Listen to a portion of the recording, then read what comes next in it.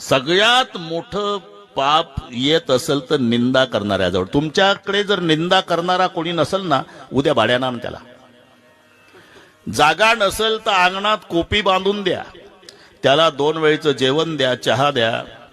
फायदा निंदक नेहरे रखिये अंगन कुटी छवाए, बिना साबू बिना पाणी निर्मल करे शुभाए. दररोज स्वच्छ करण्याचं काम निंदक करते. निंदकासारखं प्रेम जगात कोणाचंच नाही. तुम्ही निंदकावर रागावू नका. सगळ्यात प्रेम जास्त कोण?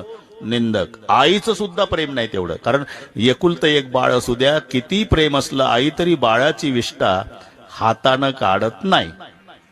कवेलाचा तुकडा, पुठ्ठा, वर्तमानपत्र, पण निंदकाचं एवढं प्रेम ते जिभेनं काढतात. अजून काय प्रेम करावं तुमच्यावर त्यांनी. निंदक माझा गुरु. म्हणून निंदक नेहरे रखे अंगण कुटी छवाए, बिना पाणी बिना साबू निर्मल करे शोभाए. कबीरजी सांगतात सर्व करा, फक्त कोणाची निंदा करू नका.